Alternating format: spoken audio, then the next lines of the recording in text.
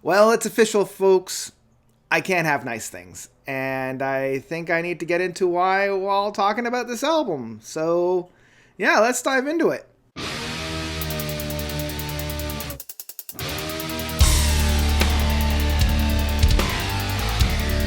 Life is But a Dream by Avenged Sevenfold. So, Avenged Sevenfold, American heavy metal, hard rock band, getting their start in the early 2000s, putting out some pretty intense albums with their debut album of The Sounding of the Seventh Trumpet, following it up with the Waking the Fallen and The City of Evil, and their self-titled work. Unfortunately, their drummer of the Rev passed away, and it was really when Mike Portnoy joined in the fold for just a little bit with Nightmare that it started to perk my interest, because up until that point, I had heard Bat Country, I had heard A Little Piece of Heaven, and they were always kind of like the kooky, fun, very tongue-in-cheek, never took anything too seriously, kind of a metal band. A lot of metal bands at the time were basically playing around with that, but I always felt like Avenged Sevenfold was kind of like the poster child of that. And from there, we got Hail to the King and The Stage in the 2010s, and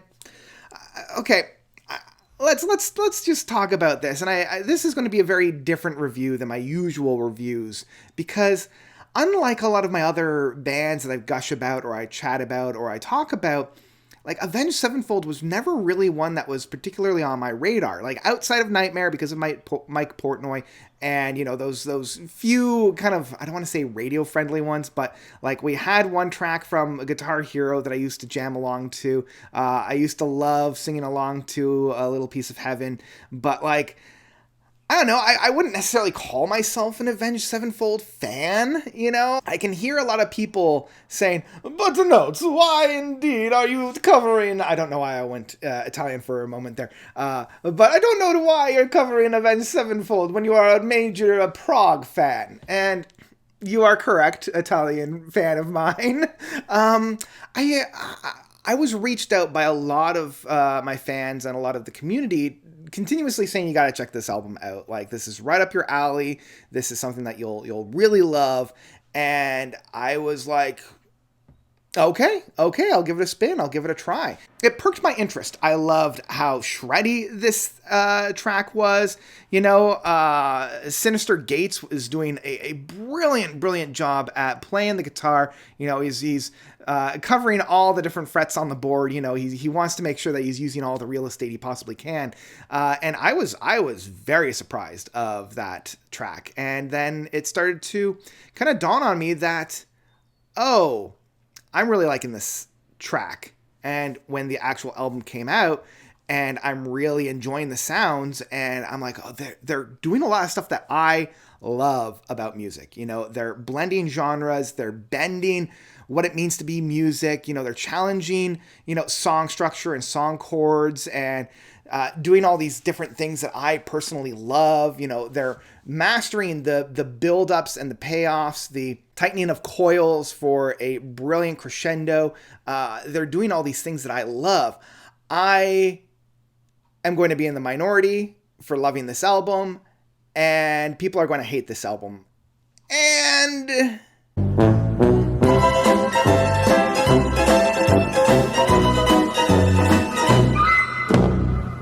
yeah, people hate this album. And, it kind of hurts my soul a little bit. It really hurts my heart to see an album that I am loving, that I'm really connecting with, that I'm really diving deep and really latching onto and getting a lot out of, getting so much flack and so much hate. And it's almost gotten to the point now where it's like cool to hate on this band and this album. And I understand, there are good takes, and, I've consumed enough reviews and enough criticisms about this album that I've seen some good criticisms on why this album, for individuals that don't like it. I've seen some really good takes on that. I can understand where they're coming from. I get it. I've seen some not so great takes on it, and then I've seen some just bloody awful takes on why this album isn't good. And like, this is where I'm starting to think that because so many people are not liking this album, because so many people don't connect with this album, It's almost cool to like it. So there's a lot of bad faith reviews on this album, and if you don't like this album, absolutely have at her, like not all music is made for all people. Some of the things that I've seen about the criticisms of this album is that it's disjointed, it's jumping from genre to genre, it sounds bad, which I'm like, okay, well, follow that up with a little bit more, like what is it that makes it sound bad? But like it was a disaster to try to produce and to make. This was just a contractually obligated record to fill up Warner's contract with them. They didn't even really want to put it out. All the band members wanted different things for this album. And again, those are all valid criticisms about this album. But for me, at the end of the day, the music that I'm listening to when I'm sitting down and putting this album on, I love and I'm enjoying it. So I know that was a very long-winded introduction for this record, but I've seen so many bad faith takes on this record that I at least wanted to put the groundwork in to showcase where I'm coming from. And where I'm coming from, leading up to this record, I've been listening to a lot of Metallica. I just got out of watching Across the Spider-Verse, so I feel like there was a lot of things going into this album for me that made this an extremely enjoyable listen, more so than I think a lot of other people.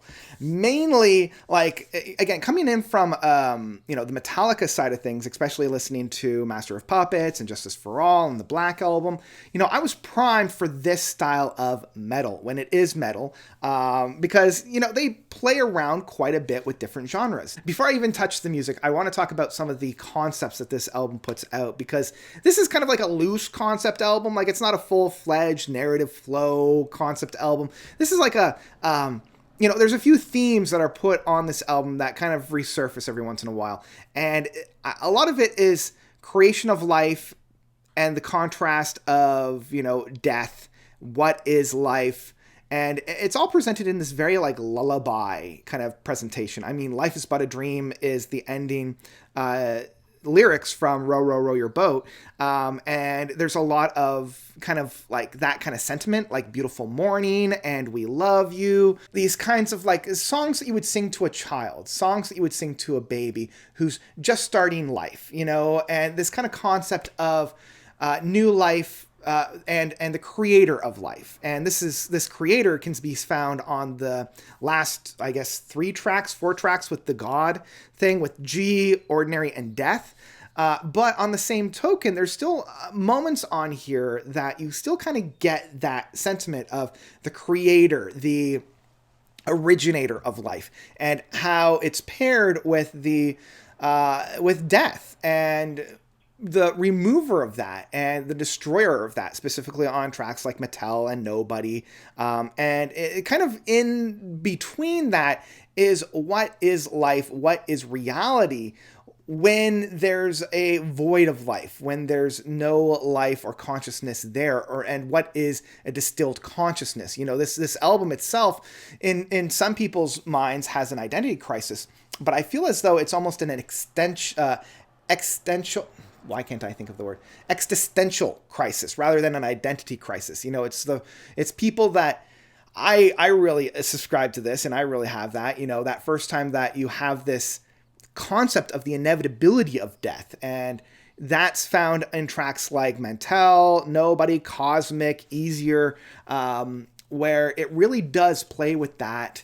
What is the soul? What is the spirit? Is this just a dream? And that's the whole thing. Life is but a dream. And you're hearing that in Mattel with lyrics like good afternoon, good evening, and good night, which was from, the Truman Show, which was just, this reality that was constructed for this one individual. You're also hearing it on tracks like Easier, which is, the idea of what does the divine have? What is the divine role when in life itself, is there a spot for that? I walk on water, but the water consumes you. The water embraces you. It's like, I try to be divine. I try to walk on water, but all that I do is I submerge and I drown, right? And within that, it's like, does the divine even have a place in this reality, in this world, in this dreamscape?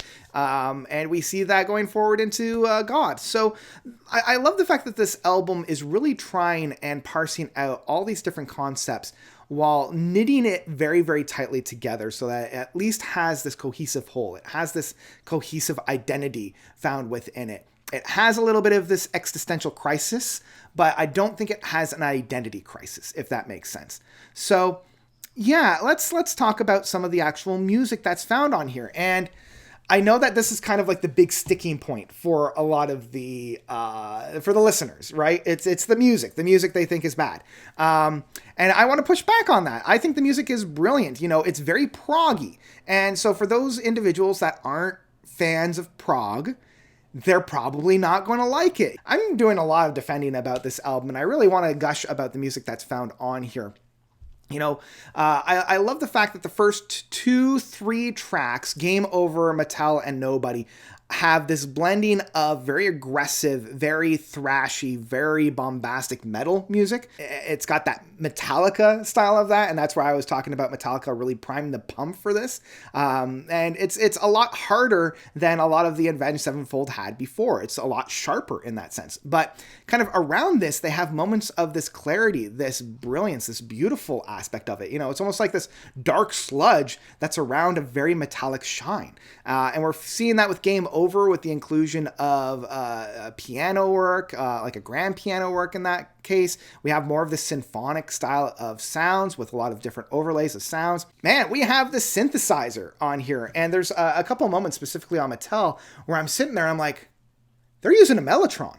That's a Mellotron. Like, we're going all the way back to like Emerson, Lake and Palmer and King Crimson in this kind of a styling. And that kind of essence, that kind of like philosophy of how to present music is really like rooted into it. And this is definitely found on We Love You.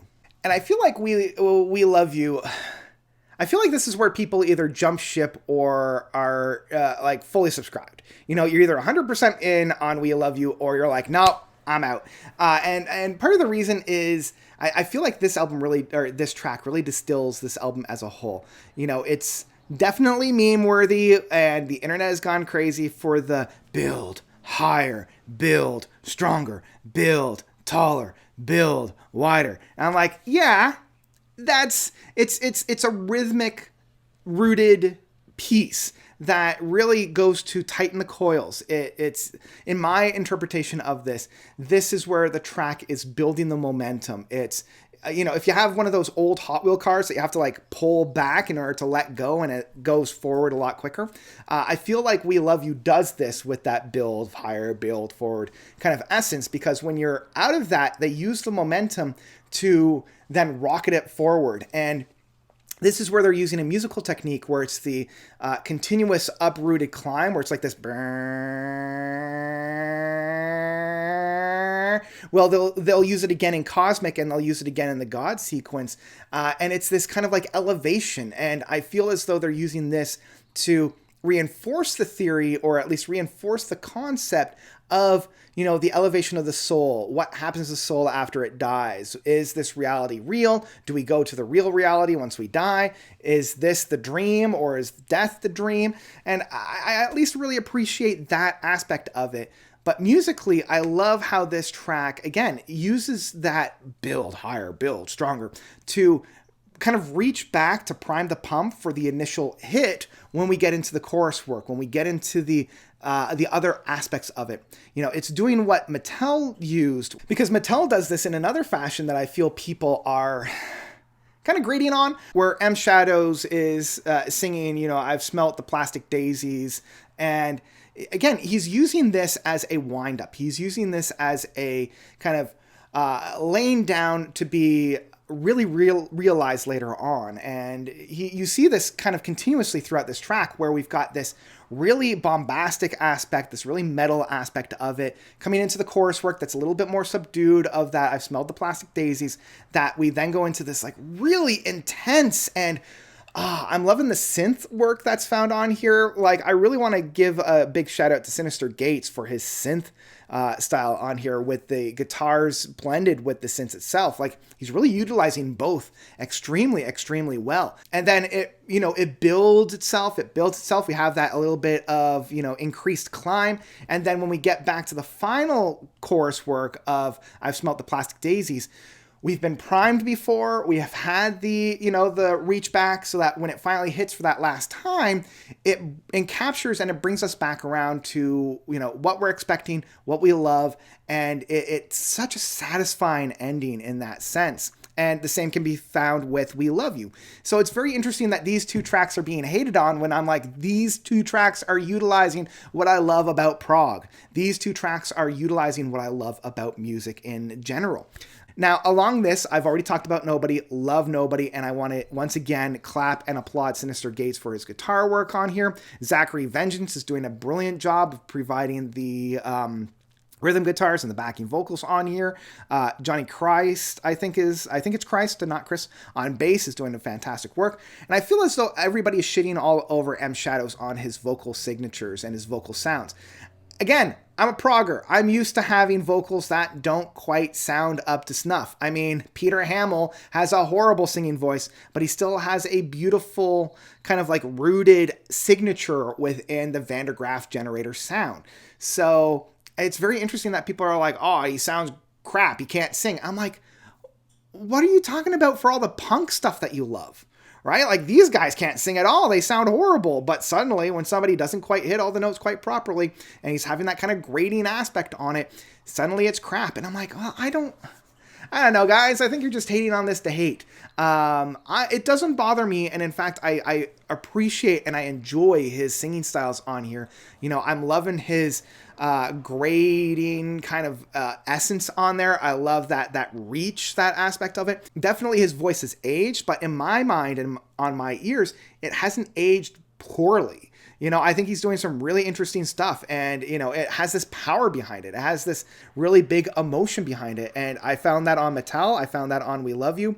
But I want to talk about those tracks that I love even more. Cosmic and Nobody. I've already talked about Nobody. But Cosmic. This is where I also want to give a huge shout out to Brooks Wackerman. I think it is. Maybe it's Wakerman. He was the new drummer because, unfortunately, as I mentioned, the Rev passed away, replaced by Mike Portnoy for a little bit. But then Brooks came on soon after that. And man, his drumming style needs to be applauded. At so many different moments on this album, I think they're using a trap beat drum machine until I realized, no, this is just Brooks unleashing on the kit. He is commanding the rhythm section. He is commanding that rhythm style on here, and I can't help but love it. All of this comes together in my favorite track of this album, which is Cosmic, and man, this track is tasty. I must be listening to a different album than other people. Like this track, without too much hyperbole, this is a perfect song.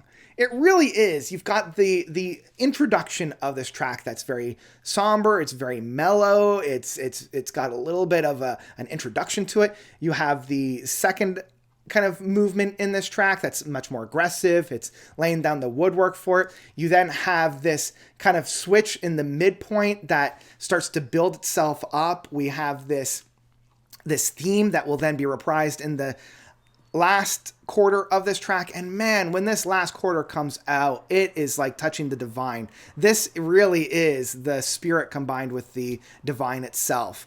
I'm loving this big orchestration, this massive crescendo of sounds. This is the kind of music that made me fall in love with music. It's the perfect way of setup and payoff. They set up the moments at the beginning, they pay it off. It once again reinforces the ideas and themes about this album, and it ties it back into that concept of this lullaby. Because at the root of this track, it really is like a song you would sing to a child. This root, this aspect of it is something that you would hum or coo a child who is restless. It's like they're starting to come into the concept of the inevitability of death. And this whole concept idea is like, it's a very Tool idea of we are eternal. We are constant. There's no beginning, middle, or end. There is just the circle. And I really love that idea within Cosmic. So it's a perfect way of having a midpoint on the album, and it really shouldn't come as any surprise that it is my favorite. Beautiful Morning and Easier are two great tracks, as I already mentioned. I want to end this review with the final four tracks: G, Ordinary, Death, and the title track is of Life is But a Dream, because each of these tracks really do flow right into one another. And it's interesting, like, I love the fact that they do three tracks about this kind of like God suite. And, it's a very Christian idea, having one God in three parts. But I like that each one kind of looks at a different facet of the themes that are presented on this album, where G really is like the creator God. And man, some of the sounds that are found on here are some of like, I'm getting flavors of like a Beardfish track. I'm getting flavors of a Deer Hunter track on here. I'm getting a lot of flavors of like modern prog on here. It's got this really fun kind of oingo boingo, very Danny Elfman styles on it. And I'm loving the groove. And then it goes right into Ordinary. And I feel as though Ordinary, again, it's kind of talking into this artificial intelligence. What is life without consciousness? What is life without spirit? And Ordinary is kind of like, well, it's just an ordinary thing. There's nothing out of the ordinary. There's nothing pushing the boundaries. There's no challengings of thoughts. And the music that's kind of rooted in there is a very like Daft Punk random access memories, and we've already had a little bit of like the auto-tune styles on here with Beautiful Morning, but this kind of takes it to like the logical progression with a little bit of, I want to say like Red Hot Chili Peppers, Stadium Arcadia, the style of guitar works, but I'm feeling definitely more of like the Daft Punk styles on there. And I really appreciate that it's like, okay, this is like music made by machines. This is music made following an algorithm, and it's good, it's pleasant, but it doesn't kind of have that spirit until we get to Death, the final part of the trilogy. And it's a little bit more crooner. It's a little bit more kind of after the fact. It's a little bit more of a traditional kind of song ballad that we would get from the 40s, 50s, or 60s. I don't know. It's kind of like this lounge bar kind of like after credits sequence. And I really appreciate that they're trying different things. And once again, we have this darkness about it. There's something sinister waiting within the wings. And once again, we have that kind of continuous, strange upheaval note that was the through line between Ordinary and Death. And then finally we get the piano piece. We start where we end where we start with Life is But a Dream, with that piano work. And it's the instrumental piano piece, it's a grand piano, and I really appreciated that they decided to end on this kind of like little piano ballad about this. So yeah, I think that's all I wanted to say. This album for me was great. I love this album, and seeing the backlash that this album has received, it's showing the music industry that we don't want this. It's showing the music industry that prog elements in popular music doesn't belong, and we don't want this. And I saw this with Tool's Fear Inoculum. The general consensus was, no, we don't want this. This is garbage. Take it away from us. And I'm just left thinking, this is why I can't have nice things. Because the music that I want to hear is the music that everybody hates. This is the music that people are not going to want to listen to. So bands are not encouraged to try new things. Bands aren't encouraged to try, progressive stuff or prog stuff. And they're just going to lean back on what they thought people would like. I mean, record industries and record studios aren't going to support bands that are trying these kinds of things. So we will get less of them, which means I'm going to get less music that I truly and genuinely enjoy.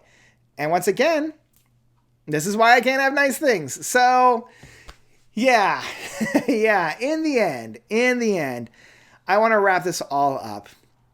I friggin' loved Life is But a Dream. It's my favorite Avenged Sevenfold album. Honestly, it's one of my favorite albums of this year. And I know I'm in the vast minority for this album. There are the lovers of this album, and at least we have a little bit of an audience there, but I know that we're in the vast minority in that sense. So my final rating for Life is But a Dream is Life is But a Dream by Avenged Sevenfold is one I absolutely love with my whole heart. Honestly, if you're a fan of mine, if you love that prog music, I cannot recommend this album more. Go and check it out. You won't be disappointed in this. And, take it with a little bit of a grain of salt, because, as I mentioned, if you don't like this album, that's absolutely fine. There's nothing against you in that sense. I know that we have different musical tastes, and that is totally valid, and that's fine. I'm just like, I'm just sitting here in my corner, all by myself, loving this kind of music that isn't made all that often. So, yeah, yeah, so that's kind of where I'm at for this album. This gets the note seal of approval, whatever that counts for. For me, this is a run, don't walk. But yeah, that's about it for me for Life is But a Dream by Avenged Sevenfold. This is probably going to go down as probably one of my longest album reviews, but I had a lot to cover in this. So thank you for sticking around throughout it. For any of you that stayed, thank you all so much for watching. Let me know what you thought about this album, if you did love it, if you didn't love it, by commenting down below. Yeah, this is a very divisive album, and I want to hear what you guys think about it, especially my audience. Like, I really want to know what my audience thinks about this, because I feel like if you're watching my videos, you have at least a little bit of a connecting tissue with my musical styles and my musical tastes, so I'd love to know what you thought about this album by commenting down below. But that's it for me today. Thank you all so much for watching. As always, you guys are definitely the best. And until next time, notes out.